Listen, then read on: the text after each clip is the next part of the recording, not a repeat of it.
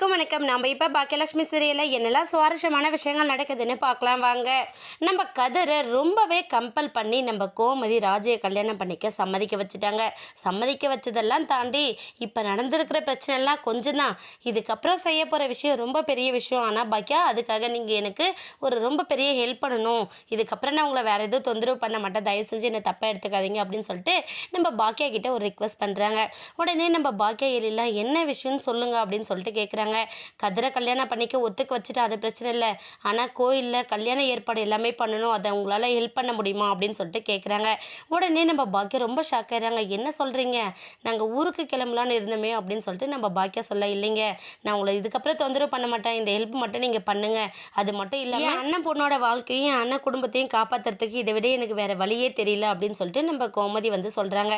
உடனே எழில் என்ன பண்ணுறேன்னா, சரி நீங்கள் சொல்கிறபடி உங்களுக்கு தேவையான உதவி நாங்கள் பண்ணுறோம் அப்படின்னு சொல்லிட்டு சொல்லிடுறாங்க. உடனே வேறு வழி இல்லாமல் நம்ம பாக்கியம், சரிங்க நாங்கள் செய்கிறோம், ஆனால் கல்யாணம் பண்ணி கையோடு நீங்கள் கூட்டிகிட்டு தானே போக போகிறீங்க அப்படின்னு சொல்லிட்டு நம்ம பாக்கியை கேட்குறாங்க. உடனே நம்ம கோமதி வந்து, இல்லைங்க அதுக்கப்புறமும் நீங்கள் எனக்கு ஒரு முக்கியமான உதவி செய்யணும். நான் வந்து கதிர்க்கும் ராஜுக்கும் கல்யாணம் பண்ணி வைக்க போகிற விஷயம் யாருக்குமே எங்கள் வீட்டில் தெரியாது. நானும் மீனாவும் முன்னாடியே போயிடுவோம். ஆனால் இவங்க கல்யாணம் முடித்த கையோடு இவங்க 2 பேரும் தனியாக தான் வருவாங்க. இது எல்லாம் என் புருஷனுக்கு பயந்து நான் பண்ணலை, அடிச்சிருவாங்க இல்லை வீட்டை விட்டு துரத்திடுவாங்க அப்படின்னு சொல்லிட்டு பண்ணலை. இதெல்லாம் தெரிஞ்சால் அவர் மனசு தாங்காது அப்படின்னு சொல்லிட்டு தான் உங்களை வந்து இந்த உதவி பண்ண சொல்கிறேன் அப்படின்னு சொல்லிட்டு சொல்கிறாங்க. இதை கேட்டதுமே ரொம்ப ஷாக் ஆகிடுறாங்க நம்ம பாக்கியா. ஷாக் ஆனாலும் வேறு வழி இல்லை, நீங்கள் எனக்கு இந்த உதவியை செஞ்சுதான் ஆகணும்னு சொல்லிட்டு ரொம்பவே ரிக்வஸ்ட் பண்ணதுனால வேறு வழியே இல்லாமல் ஒத்துக்கிறாங்க.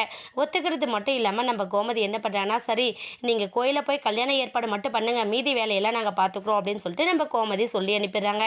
இதுக்கப்புறம் நம்ம பாக்கியாவும் எழிலும் என்ன பண்ண போகிறாங்க, கல்யாணம் முடிஞ்ச கையோடு இவங்களை ஊருக்கு கூட்டிகிட்டு போகிறாங்க அப்படின்னா அங்கே ஒரு பெரிய பிரச்சனையே நடக்கும். அதை எல்லாத்தையும் எப்படி ஃபேஸ் பண்ண போகிறாங்கன்னு வெயிட் பண்ணி பார்க்கலாம். இந்த வீடியோ உங்களுக்கு பிடிச்சிருந்தா மறக்காமல் நம்ம சேனலை சப்ஸ்கிரைப் பண்ணுங்கள். தேங்க்யூ.